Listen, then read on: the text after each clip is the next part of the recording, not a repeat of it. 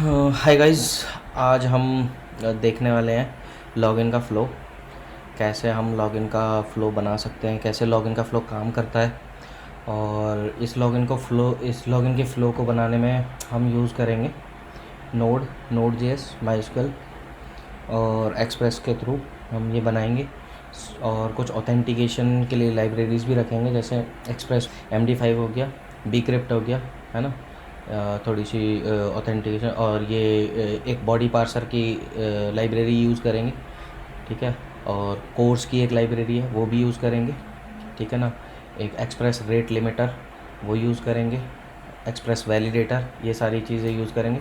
और हाँ, एक जेसन वेब टोकन, जो कि आपने पहले भी सुना होगा, जेसन वेब टोकन, वो लाइब्रेरी भी यूज़ करेंगे। वो टोकन बनाने के लिए यूज़ होती है, वैलिडेट करने के लिए यूज़ होती है टोकन को, ठीक है ना। तो अभी मैं आज इस वीडियो में, अभी तो इस सीरीज़ की शुरुआत कर रहे हैं, तो इसमें अभी थोड़ा ही एक्सप्लेन करेंगे क्या हम करने वाले हैं। ये मेन आउटपुट है, लॉगिन का फ़्लो है, लॉगिन की APIs बनी हुई हैं, ठीक है।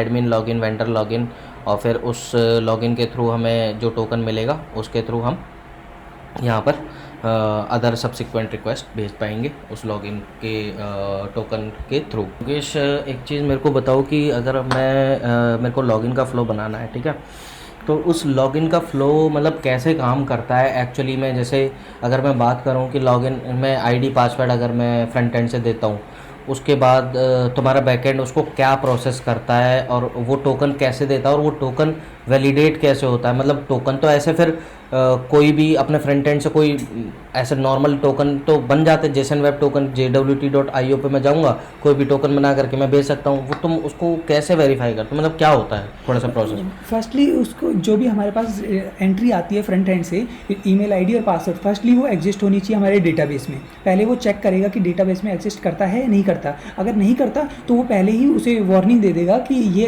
एक्सेस नहीं है। तो उसके बाद का प्रोसेस होता है हमारा JWT टोकन क्रिएट करने का। क्रिएट कब करते हैं हम इस उसमें प्रोसेस होता है हमारे पास JWT टोकन। अगर आप पढ़ोगे JWT टोकन IO में, आप वेबसाइट विजिट करोगे तो उसमें हमारे पास 3 चीज़ें होती है। एक पेलोड जो हमारे पास यूज़र भेजता है, देन हमारा एक स्कैश टोकन होता है जो हम रेंडमली जनरेट कर रहे होते हैं, एंड थर्ड जो हमारे पास एल्गो होती है। एल्गो हम डिफरेंट यूज़ करते हैं जिसकी हेल्प से वो टोकन हमारा जनरेट होता है। तो अगर आप उसे कोई भी टोकन भेजोगे तो वो ऐसे टोकन नहीं लेगा, वो उस चीज़ को ऐसे टोकन नहीं लेगा, क्योंकि वो हमारे पास डेटाबेस में एग्जिस्ट ही नहीं करेगा। वो टोकन जो टोकन हम बनाएंगे वो हम अपने डेटाबेस में भी देंगे, देन रिस्पॉन्स में या फिर हेडर में हम उस टोकन को फ्रंट एंड वाले को भेज सकते हैं, जिससे कि वो अपना टोकन अपने लोकल में या फिर सेशन में या फिर कुकीज़ में सेव करवा के अदर API को एक्सेस करने के लिए, अदर APIs की डेटा को एक्सेस करने के लिए हमें वो टोकन हर बार हेडर में भेजेगा या फिर पेलोड में भेजेगा। देन हम उसके बाद उसका तो मान के चलो, यहाँ पर क्या होता है, मेरे पास जनरली क्या होते हैं, अगर मैं कोई भी सॉफ्टवेयर या कोई वेब एप्लीकेशन या कुछ भी बना रहा हूँ, तो ऑथेंटिकेशन जो है अलग अलग टाइप के हो सकता है एडमिन लॉगिन कर रहा हो सकता है वेंडर लॉगिन कर रहा हो। तो हम उस चीज़ को कैसे मतलब वो करते हैं, उस चीज़ को कैसे टैकल करते हैं। उस चीज़ के लिए भी हमें टोकन, जैसे एडमिन कर रहा है तो उसके लिए हमें जो हमारे डेटाबेस की, जस्ट लाइक डेटाबेस में हम टेबल्स दोनों के लिए अलग होगी हमारी। अगर एडमिन है या फिर यूज़र है या फिर वेंडर है, तीनों के लिए अलग अलग टेबल्स होंगी और अलग अलग टोकन हमारे जनरेट हो रहे होंगे उसमें। तो उस केस में भी हमें चेक करवाते हैं कि टाइप क्या है उसका यूज़र का, जो भी एडमिन है या वेंडर है या फिर पर्टिकुलर यूज़र है, कोई भी अगर उसे एक्सेस कर रहा है तो उसका टाइप लेंगे। उस टाइप के बेस पे हमें डेटाबेस में एंट्री करवाएंगे कि किस डेटाबेस में है। टाइप के साथ साथ ईमेल आईडी और पासवर्ड भी चेक करेगा। इन तीनों चीज़ों को चेक करके वो हमें डेटाबेस में जो JWT टोकन क्रिएट करेगा, जो जेसन वेब टोकन के थ्रू क्रिएट होएगा। देन उसके बाद वो फ्रंट एंड वाले को जाएगा और वही टोकन हमें यूज़ करना पड़ेगा आगे, और उसी के बेस पे आगे चलेगी। अच्छा, तो यहाँ पर मेरा एक डाउट है कि सपोज मान के चलो, अगर मैं एज अ वेंडर या एज अ नॉर्मल यूज़र मैं लॉगिन कर रहा हूँ, लॉगिन करने के बाद मेरे को एक टोकन मिल गया। टोकन मिलने के बाद मैंने क्या किया, उस टोकन को JWT.io पे गया, और वहाँ पर जो टाइप है वो तुम बता रहे हो जैसे टाइप हम क्या करते हैं, यूज़र या एडमिन देते हैं, वहाँ पर पेलोड तो एडिट कर ही सकते हैं। मैंने क्या करा, उसको टाइप को यूज़र से हटा करके एडमिन कर दिया, और एडमिन की मेल ID है, पासवर्ड तो है नहीं, मेल ID तो जनरली पता लग जाती है, और मैंने मेल ID भी एडमिन की डाल दी। तब उस केस में टोकन जो हमारा अपडेट हो गया, अब वो वहाँ पर बैक एंड पे जाएगा, तो उस चीज़ को कैसे हैंडल करोगे आप?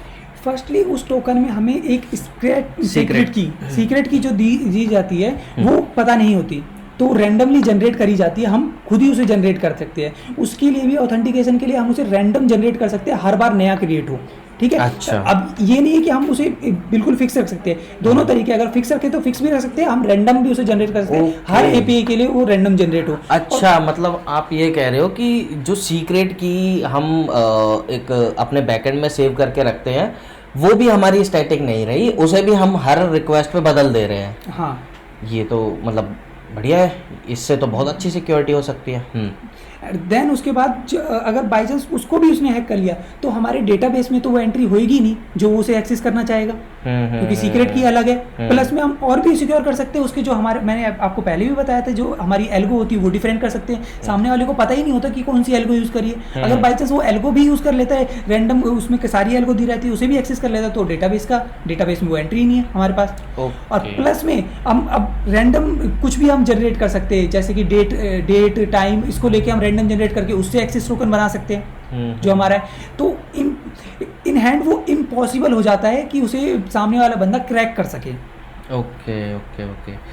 तो ये हमारा बेसिकली लॉगिन फ्लो था। लॉगिन फ्लो में भी हमने multiple layer of security add कर रखी है, और जिसको जितनी सिक्योरिटी ऐड करनी है वो कर सकता है, बट हमने ऑलमोस्ट सारी सिक्योरिटी लेयर्स हमने यहाँ पे डिस्कस कर ली हैं।